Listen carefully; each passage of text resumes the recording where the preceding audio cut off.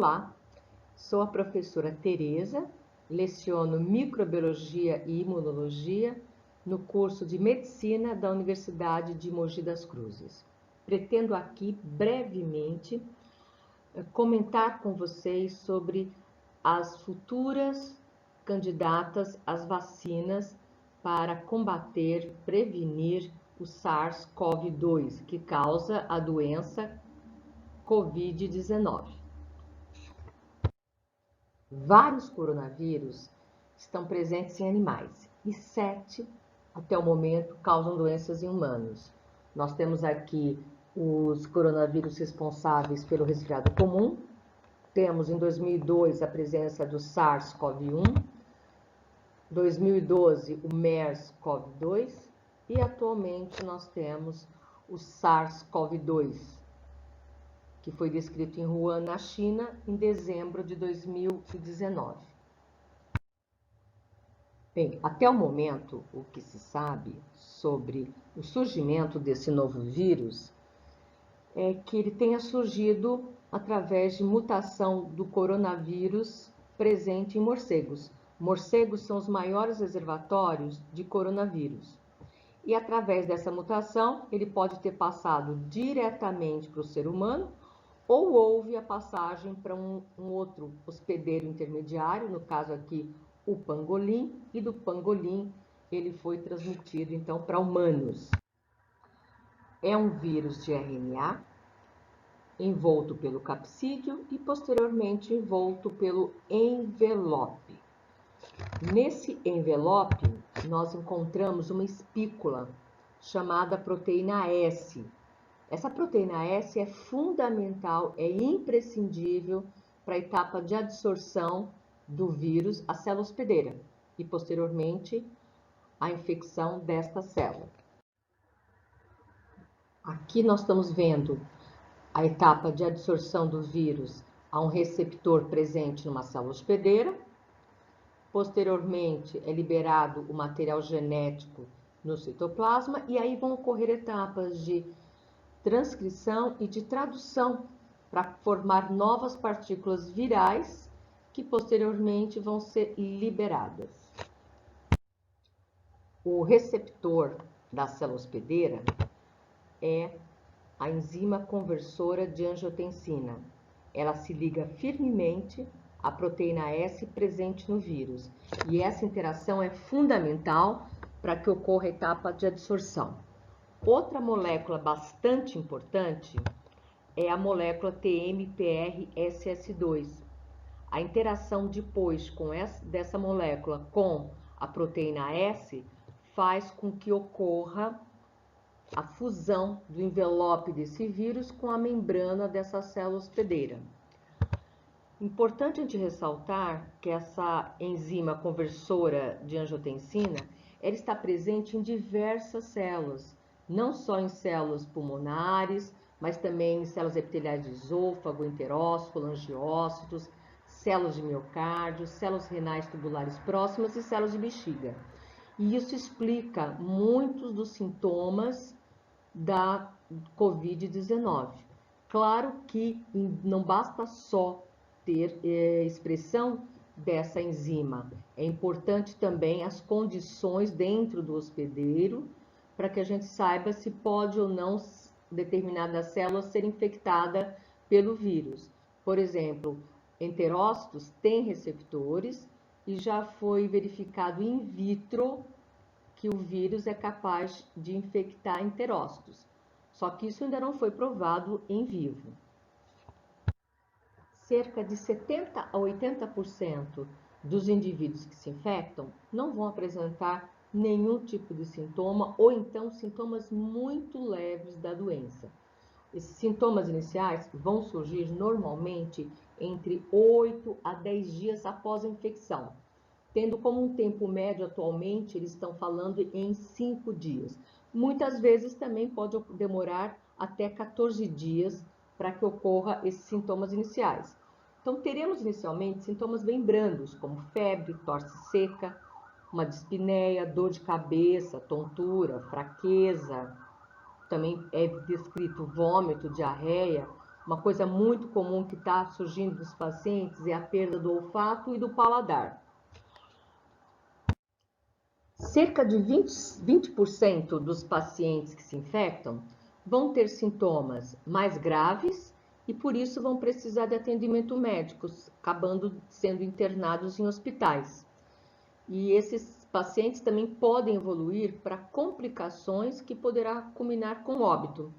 Então, as principais complicações que temos aqui é a hipóxia, a síndrome respiratória aguda grave, uma falência múltipla de órgãos com uma disfunção na coagulação, encefalopatia, injúria renal e injúria miocárdica, entre outras.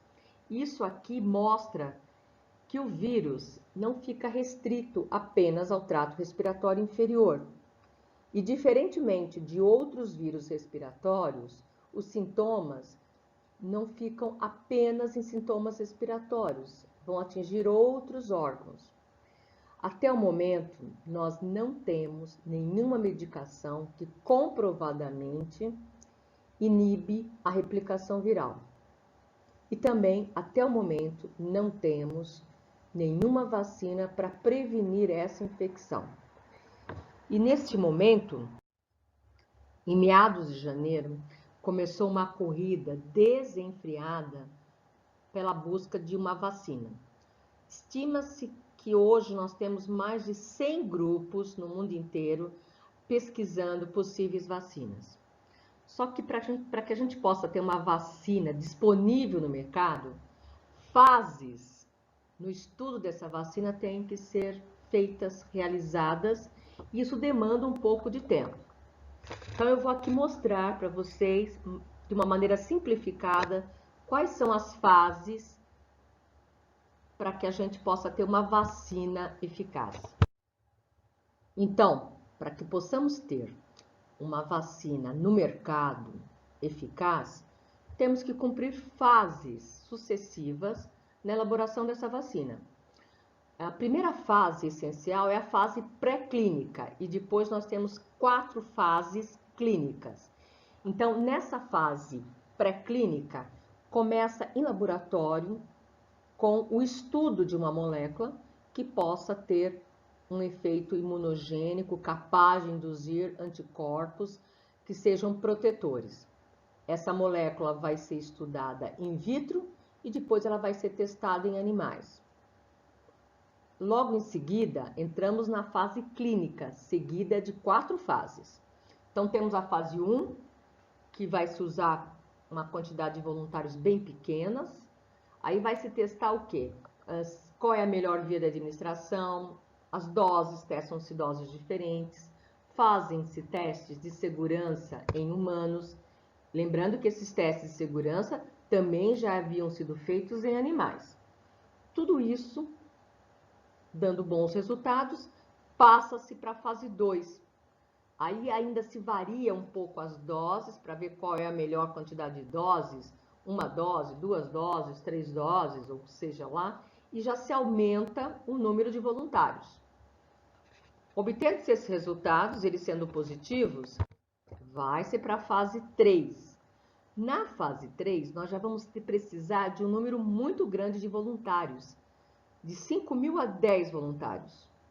E dessa fase, então, que vai ser testada com uma quantidade enorme de voluntários, vai se continuar testando a segurança dessa vacina, a eficácia, vai se verificar se existe uma interação com outros medicamentos e, nesse momento, vai também se elaborar a bula dessa vacina. E se solicitar, logicamente com bons resultados, o registro e aprovação da vacina pelas autoridades sanitárias. Portanto, ao término da fase 3, nós já estamos prontos para ir para a fase 4, que já é a utilização da vacina na população. Mas por que ainda está na fase 4? Porque ainda vai continuar se acompanhando por muitos meses como é que está se comportando essa vacina na população. Até para se detectar eventos adversos raros que não foram vistos em fases anteriores. Nós temos, inclusive, descrito vacinas que estavam na fase 4, já utilizando a vacina na população, e ela foi retirada do mercado. Uma vacina antiga, para o rotavírus já estava na fase 4 e verificou-se que o efeito adverso não desejado, que era o entumecimento intestinal, estava acontecendo em algumas crianças e ela foi retirada do mercado. Nos próximos slides, eu vou estar mostrando para vocês os tipos de vacinas que nós temos. E aproveito também para falar um pouco, brevemente, sobre alguns estudos de vacina que já estão numa fase bem adiantada. Então, inicialmente, nós podemos ter vacinas com vírus vivo, porém atenuado, ou com vírus inativado. Já temos aqui uma candidata vacina, que é a Coronavac, está sendo desenvolvida por uma empresa chinesa, a Sinovac Biotech, está sendo usado o vírus inativado. E em maio ela pediu autorização para iniciar a fase 3. Se a fase 3 der sucesso, vamos para a fase 4, que já começa a vacinação da população. A autorização sempre é necessária pedir. Por exemplo, aqui pode-se pedir para a Agência Europeia de Medicamentos, ou para o FDA, ou se for no Brasil, para a Anvisa. Então, sempre é necessário ter essa autorização de uma fase para outra. Um outro tipo de vacina é a vacina que usa vírus como vetores. Então, aqui se tem um vírus atenuado, que não é o vírus contra o qual nós queremos uma resposta imunológica. É um vírus que vai estar se multiplicando ou pode estar não se multiplicando, mas nesse vírus foi introduzido um gene que codifica uma proteína importante para a imunização da vacina que nós queremos. Então, aqui já temos uma candidata à vacina, já no estudo bem adiantado, que é a vacina que eles falam de Oxford, que é um estudo entre a Jenner e a empresa Merck. Essa vacina consiste como vetor um adenovírus que vai ter um gene para a proteína S, aquela proteína do envelope. E vocês verifiquem que ela já está numa fase bem adiantada e a empresa diz que até setembro a Merck vai produzir 1 milhão de doses. Então ela está bem otimista. Uma outra metodologia para vacinas são as vacinas que se baseiam em proteínas. Então aqui nós vamos ter proteínas, são produzidas como imunógeno, mas se pode pegar essas proteínas e elas podem se reunir para formar uma partícula parecida com o vírus. E isso ser capaz de imunizar o indivíduo. Eu só mencionei essa vacina aqui porque ela é brasileira, é uma proposta brasileira, está sendo idealizada pelo INCOR e pela Faculdade de Medicina da USP, mas ainda está num projeto ainda bem inicial, porque os testes em animais são programados para os próximos meses. Um outro tipo de vacina bastante interessante é as vacinas baseadas em ácido nucleico. Então, aqui nesse tipo de vacina, não vai ser injetado proteína, ou vírus vivo atenuado, ou vírus inativado. O que vai ser injetado é um gene que codifica a proteína viral capaz de ser imunogênica. Então, esse gene diretamente é introduzido na célula do paciente. Essa informação genética vai ser traduzida numa proteína viral que seja imunogênica para esse paciente. Já temos aqui 2 candidatas no estado bem avançado, da Moderna Therapeutics. Eles já se preparam para entrar na fase 3 em julho. Claro que se tudo der certo, da fase 2. Uma outra candidata vacina com esse mesmo mecanismo está sendo estudada pela BioNTech em conjunto com a Pfizer. E ela ainda está no estudo de fase 1 e fase 2. Eu estou muito esperançosa que até o final desse ano vai aparecer uma vacina. Vamos torcer para isso. Terminamos aqui.